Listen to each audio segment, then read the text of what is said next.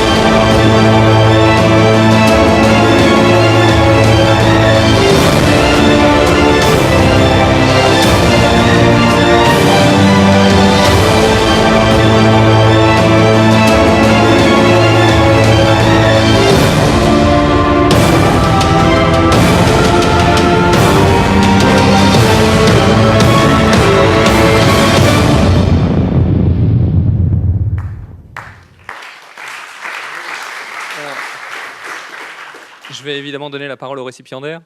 Je suis très content de remettre ce prix, puisque c'est la première fois qu'il y a un prix ETI.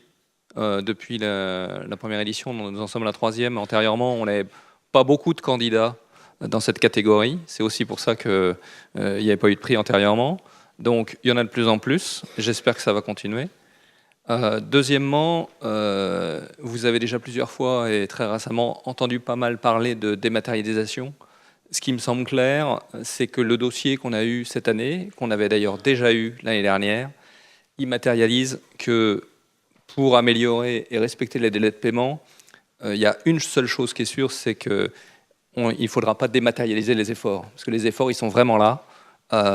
Et donc, je suis heureux de vous remettre le prix des délais de paiement pour la catégorie ETI. Merci beaucoup. Voilà.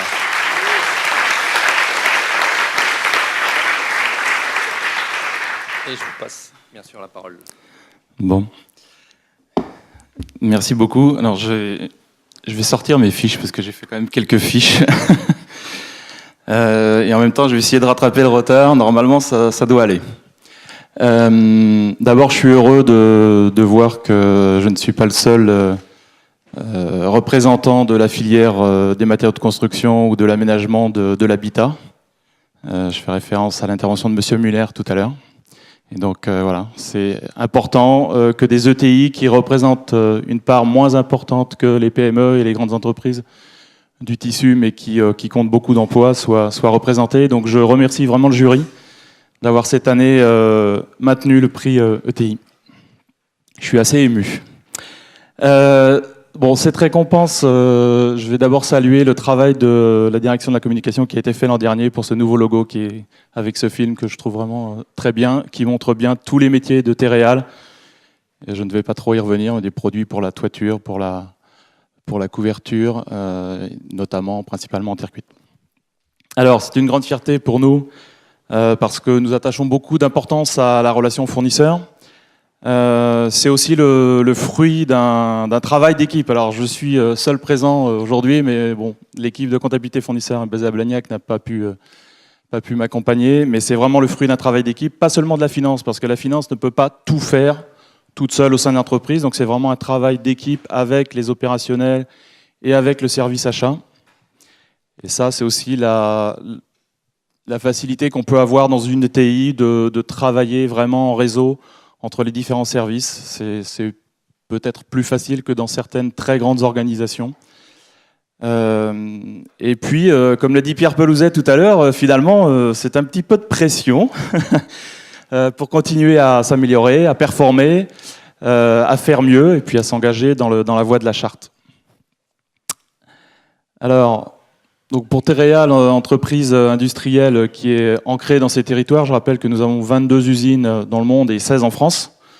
Tereal, c'est vraiment une entreprise qui est ancrée au sein de ces territoires. Nous exploitons des carrières d'argile pour fabriquer nos matériaux.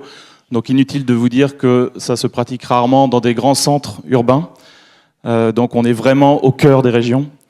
Et c'est une entreprise qui investit et qui innove, notamment dans un métier qui connaît de nombreuses ruptures technologiques. On en a parlé tout à l'heure avec le groupe Muller, mais on a eu la réglementation thermique 2005, 2012, 2020. Donc c'est vraiment un métier innovant. Nous avons d'ailleurs un centre de recherche basé à Castelnaudary. Et alors pourquoi le respect des délais de paiement est important pour nous? Il me reste 3 minutes 46, ça devrait aller. D'abord, c'est tout simplement une question de respect. Respect des fournisseurs et respect vis-à-vis des équipes internes. La direction financière ne pratique pas le retard de paiement comme un jeu national, je crois, tout à l'heure, c'était le thème d'un des débats. Aussi par respect par rapport aux autres membres de l'entreprise qui ont donné un engagement à des personnes externes à l'entreprise.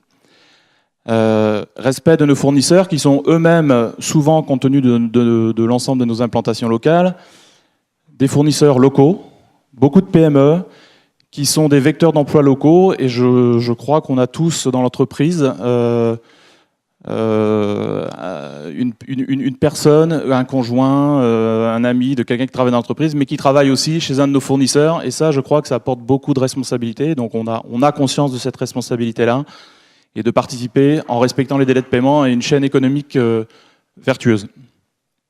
Et puis, alors ça vient peut-être de notre culture industrielle, mais ça s'inscrit dans le cadre d'une excellence, d'un programme d'excellence opérationnelle. L'excellence opérationnelle, on la connaît au travers de différentes méthodes, souvent japonaises, souvent venant de l'automobile. Elle peut s'appliquer à plein de processus dans l'entreprise, et les processus administratifs sont vraiment un bon client pour l'adaptation de ces processus. D'ailleurs, j'ai souvent coutume avec mon équipe de dire que le service de comptabilité fournisseur qui traite 50 000 factures par an, c'est la Xème usine de Tereal.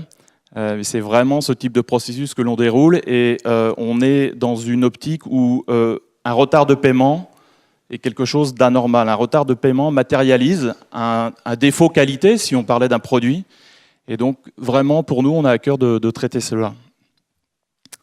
C'est aussi un enjeu économique, et là, je pense particulièrement à notre service achat. Un enjeu économique parce que l'absence de retard, c'est une relation fournisseur facilitée. On parle du produit, on parle du service, on parle des délais de livraison, on parle de la logistique, et on arrête de parler des délais de paiement ou de l'escompte ou du mode de computation du nombre de jours. J'envoie un petit message à la DGCCRF sur ces fiches, si on pouvait avoir quelques petits éléments sur le mode de computation où tout le monde est d'accord. Et puis c'est aussi la limitation des coûts de gestion en interne. Des retards de paiement, ce sont des appels entrants, ce sont des opérationnels que l'on dérange alors qu'ils sont en train de faire autre chose de beaucoup plus important pour l'entreprise, qui est d'innover, de produire sans défaut, de livrer correctement les clients, et ça c'est important. Et donc, si on n'a pas à gérer des problèmes de retard de paiement, c'est vertueux pour toute la chaîne interne à l'entreprise, donc des coûts de gestion réduits. Et puis, c'est aussi, je ne sais plus quel intervenant en a parlé tout à l'heure, c'est aussi un enjeu de sécurité. Pourquoi ? Le flux fournisseur est un flux qui se prête et qui d'ailleurs subit énormément d'attaques de sécurité, fraude au président, fraude au FORIB, etc.